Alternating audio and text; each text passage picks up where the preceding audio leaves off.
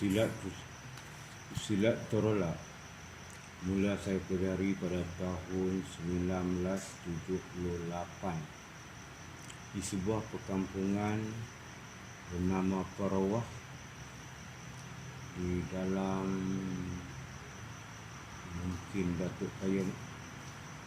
di dalam kawasan Datuk Kayaman, berhampiran Kampung Mengulang, Perlis. Silat ini diajar oleh seorang bekas penghulu yang diangkat oleh Jepun pada satu masa dahulu yang bernama Yusuf bin Abdullah atau dikenali dengan nama Pak Choh To'i, berusia sekitar lebih kurang 80 tahun. Beliau adalah di antara pendekar-pendekar negeri Perlis yang masih tersisa pada masa itu, dan silat Torola dikatakan berasal daripada tanah Sumatera, dibawa ke tanah Melayu oleh abang ipar kepada Pak Choh To'i atau Yusuf Abdullah. Itu pun kalau tak silap daripada ingatan saya. Lalu diajar pada Pak Choh, dan akhirnya Pak Choh mengembangkan silat ini kepada beberapa orang yang belajar dengannya. Antaranya adalah saya sendiri, Syed Tamizi bin Syed Amdan, dan seorang anak muridnya yang banyak juga mendalami ilmu Torola ini bernama Misri. Silat ini lebih kepada silat tempur ataupun silat yang mementingkan teknik-teknik berlawan.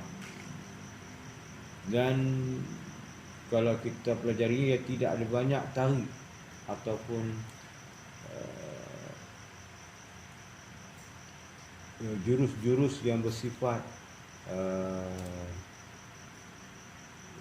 seperti tari lang atau tari kera ataupun tari harimau. Dia lebih kepada tapak pendekar di mana bersikap bertempur, menangkis, menyerang dan mengunci. Torola banyak menggunakan kaedah serangan tangan dan kurang menggunakan serangan kaki. Kehebatan silat ini ataupun kelebihan silat ini adalah kecepatan dan teknik serangan tangannya yang mengelirukan. Dan Torola lazimnya menyerang lawan dari arah sisi lawan. Torola adalah sebuah silat yang lebih kepada unsur latihan fizikal yang berterusan, mementingkan kecepatan tangan dengan latihan. Dan ini adalah ciri-ciri silat Torola yang saya pelajari, yang di mana silat ini lebih kepada silat yang mementingkan latihan fizikal untuk memantapkan serangan. Selain daripada itu, silat Torola juga mendidik pelatihnya bersikap rajin ataupun bersikap bersungguh-sungguh, tabah, dan memiliki ketahanan diri yang tinggi untuk mencapai tahap-tahap seperti Pelimau 1, Pelimau 2 dan seterusnya. Silat ini masih pada masa tersebut terikat dengan berbagai-bagai kaedah tradisional seperti tapak kita panggil sebagai langkah sembah, tapi tak tahu nak sebut apa, tak suka bagi langkah sembah. Nak ada tapak 4 telak boleh lah. Jadi tapak 4 dari perguruan ke apa? Ya, tapak 4. Dia tapak 4. Dia sebenarnya orang Melayu panggil langkah sembah tau. Tapi kita nak sebut tak sedap. Tapak 4. Tapi dia dalam tapak ni bukan sampai 4 pun. Dia pergi depan untuk belakang. Tapak perguruan depan. Ada. Telak memiliki tapak perguruan dan tidak banyak ciri-ciri latihan pada masa tersebut. Ciri-ciri teknik apa tu? Teknik latihan. Hanya fokus pada serangan dan takisan dan kuncian. Tidak ada teknik jurusan apa macam tu. Kerana jika ada sekarang ini adalah daripada silibus yang kita reka supaya memudahkan pelajaran. Telak pada asal tidak mementingkan sangat kemantapan langkah, tetapi mementingkan kecepatan dalam bertindak. Jadi sekarang silat ini kalau ada pun perubahan, kita membentuk langkah-langkah supaya lebih bersistem, tumbukan lebih tersusun. Jadi semasa belajar telak ni dia tak mementingkan tumbukan cantik atau sebagainya, baginya cepat dan mantap. Jadi tidak ada satu teknik yang dikhususkan cara mana menumbuk. Yang penting tumbuk. Dan selebihnya adalah yang ditumbuk tu dapat menangkis dan menyerang balik. Jadi sikap jual beli dan akhirnya dapat menjatuhkan lawan. Itu yang dipentingkan oleh silat telak, di mana tidaklah seperti sekarang. Silat-silat sekarang mementingkan keindahan serangan, kemantapan sikap dan sebagainya. Apa nampak di situ. Dan telak dia tak penting kan. Tumbuk tangan lagu ni pun tak apa. Tak penting. Jadi, kemantapan dia tak penting. Apa tu? Bukan kemantapan, gaya. Ke apa nak nampak. Carilah tu pandai-pandai lah betul lah. Seterusnya nampak tu. Peringkat pelimau tu macam mana?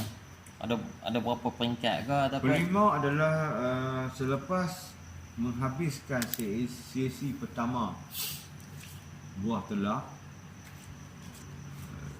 kita adakan sesi pelimau. Yakni pelimau dalam silat telak ni adalah upacara adat untuk naik ke peringkat seterusnya. Tak seperti dengan mandi ayat 5 atau sebagainya, tapi namakan pelimau. Yang lazimnya dalam silat ni ada yang mandi bunga dan limau perut dan sebagainya. Tapi dalam silat ni dinamakan pelimau tapi tidak ada istiadat mandi. Tidak ada istiadat mandi, kecuali kita adakan istiadat seperti memandi bunga-bunga daripada kayu-kayu, pokok kayu, untuk bunga-bunga tumbuhan yang berbagai color untuk mengembalikan kesegaran badan. Yang ini acara lain. Tapi dalam mandi ataupun berlimau, lazimnya kita tidak ada cara mandi. Cuma dinamakan berlimau, lepas tu kita ada ujian dalam peringkat ni untuk melihat keingatan dan kemantapan kita, lalu dinaikkan ke peringkat seterusnya. Cuma peringkat dia dipanggil pelimau. Bukan makna mandi buah limau. Walaupun ada silat yang mengamalkan mandi limau. Mandi limau, mandi bunga, tapi dalam silat ni ada kaedah mandi. Mandi dengan berbagai jenis limau dan juga campuran herbal untuk mendapat kekuatan badan setelah badan tu lenguh berlatih kan, untuk sebagai pengubatan pada badan. Itu ada 3 lama. Dulu ada buat masa melasak. Ini cakap ni lah, kalau nak cakap pandai lah. Dia tak ada berlimau ni pada nama. Pada lazimnya tak dimandi limau dan siap telak ni. Dia cuma nama pelimau satu, habis satu peringkat. Untuk penaik peringkat kedua. Tapi orang lazim bila habis satu peringkat dan ada ujian ni dipanggil pelimau. Dia ada senjata. Dalam telak, senjata yang digunakan pada masa tersebut adalah keris.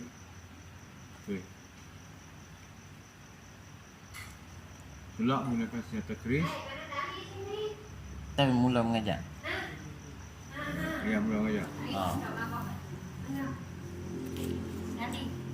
Ada duduk dekat Dekat sana tak? dia duduk di handphone tak? Talian je. Ada cancel. Ada cancel mak yang ada. Siap tu Ustaz. Di mana? Ni tadi ayah. Pergi cari ya. Ayah buat pergi tak nak tadi kan? Ambil tadi kan? Pergi cari tadi. Tu, kat mana? Tadi tak? Cari tadi. Saya juga kat tu. Tu. Ambil hak Ali, jumpa tu lah tu. Tahun mula mengajar. Tahun mula belajar dengan Pak Cu tu 1978. Dan setelah lebih kurang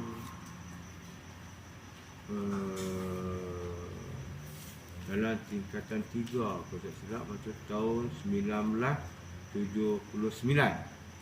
Okey, 3 tahun. Saya mula mengajar silat telak kepada beberapa orang kalau tak silap ingatan saya. 1979. Dia kalau tak silap ujung nak ingat tu betul-betul antara 78 ujung-ujung atau 79. Letak 79 lebih kurang. Setelah tu kan 6-7 bulan ayah belajar. Ayah mula mengajar. Dalam duk pergi belajar, silap ayah dia mula mengajar orang sebab kami kena berlatih. Yang mula orang nak belajar pun saya secara kebetulan mengajar silat masa tersebut. Apabila beberapa orang anak muda nampak saya berlatih silat bersama Syed Tamizi, kami duduk berlatih. Jadi mereka tertarik dengan cara latihan. Yang tu sebelum berhijrah ke KL lah tu. KL. Jadi anak murid pada masa tu terdiri pada orang Melayu dan beberapa orang pemuda Cina. Yang berkenan nak belajar waktu tu disebabkan tengok kami berlatih. Latihan telak disebabkan cepat dan tubi, dia nampak waktu tu seperti kungfu. Kau nampak seperti tak semacam silat lain. Dia kata nak macam muncul. Dia cepat tangan dia. Jadi budak-budak tertarik tengok sebab zaman tu di Perlis terkenal dengan silat yang lemah lembut, ini silat pulut. Jadi orang jarang tengok. Orang jarang tengok silat yang cepat. Jadi yang ada pun di kawasan Padang Masak waktu tu hanyalah Tomoy. Dan kalau ada pun silat adalah aliran-aliran batin seperti kandung kandang kalimah, Nasroha dan sebagainya. Jadi silat yang bercorak seperti gaya Malaysia betul ni waktu tu tak ada di Padang Masak. Dan tempuk tak ada. Kawasan berkembang nak cerita. Telak menjadi ilmu yang saya simpan dalam diri saya. Apabila saya berhijrah ke Kuala Lumpur, saya mempelajari beberapa seni bertahan diri seperti karate, Wing Chun, Tai Chi dan silat Depa Ujo. Sehinggalah saya merantau menambah ilmu silat. Tetapi telak itu tersimpan di dalam diri saya yang saya gunakan apabila berada dalam keadaan genting. Dapat saya katakan bahawa diri saya ini sebati dengan silat telak kerana buahnya agak unik dan mudah digunakan, dan lazimnya bila digunakan dalam perkelahian ataupun pergaduhan, buahnya menepati ataupun dapat menempaskan lawan. Jadi apabila Sekar 7 ditubuhkan, saya menggabungkan beberapa aliran silat termasuk Cimandi ke dalam Sekar 7, di mana saya tak meninggalkan telak. Telak sebagai satu silat yang saya kekalkan tanpa merosakkan keaslian. Telak sebagai satu daripada silibus dalam keaslian silat yang saya gunakan dalam Sekar 7. Sekar 7 adalah beberapa aliran silat lain di mana untuk memperkasakan budaya silat tu supaya menjadi mantap, saya menggabungkan beberapa aliran silat. Kerana antara kelebihan telak ada kecepatan tangan, tapi telak kurang menggunakan serangan kaki Lalu saya gabungkan dengan Cimande yang ada serangan kaki dan juga beberapa aliran lain yang ada gulingan dan sebagainya untuk menjadikan dia satu silat yang mantap, yang mampu berdaya saing dari peringkat negeri, memiliki kebangsaan dan seterusnya antara bangsa. Macam kira kot pencapaian tak kau boleh buat. Jadi Kosok Sukartujuh tu dia punya asas awal itu adalah kalau serangan tangan tu atau konsep Sukartujuh suka mengelak tu bukan konsep Cimandi. Cimandi dia menepih tau. Kalau mengelak tu telak. Dia makan sisi, hancurlah tengok. Kalau ada orang main Cimandi, main Sukartujuh, dia makan dalam kecuali abah koboi kan. Tahu dah tu, tanya dia Sukartujuh ni ori ke tak kan. Kalau sangat luruh tu banyak makan sisi ya. Tengoklah apa lagi. Kalau yang lain-lain tu adalah daripada dalam kita rendang salah. Nak cerita tempat telak ni betul-betul ayat belajar batin tak boleh pakai. Betul tak? Nak cerita ni kan. Orang kebudayaan ni kalau dengar bahawa cerita batin ni kita hina dah. Jadi kita cerita buat tak lain lah tu kan. Saya potong. Mereka ni kalau kata batin tak bagus pun ada lah.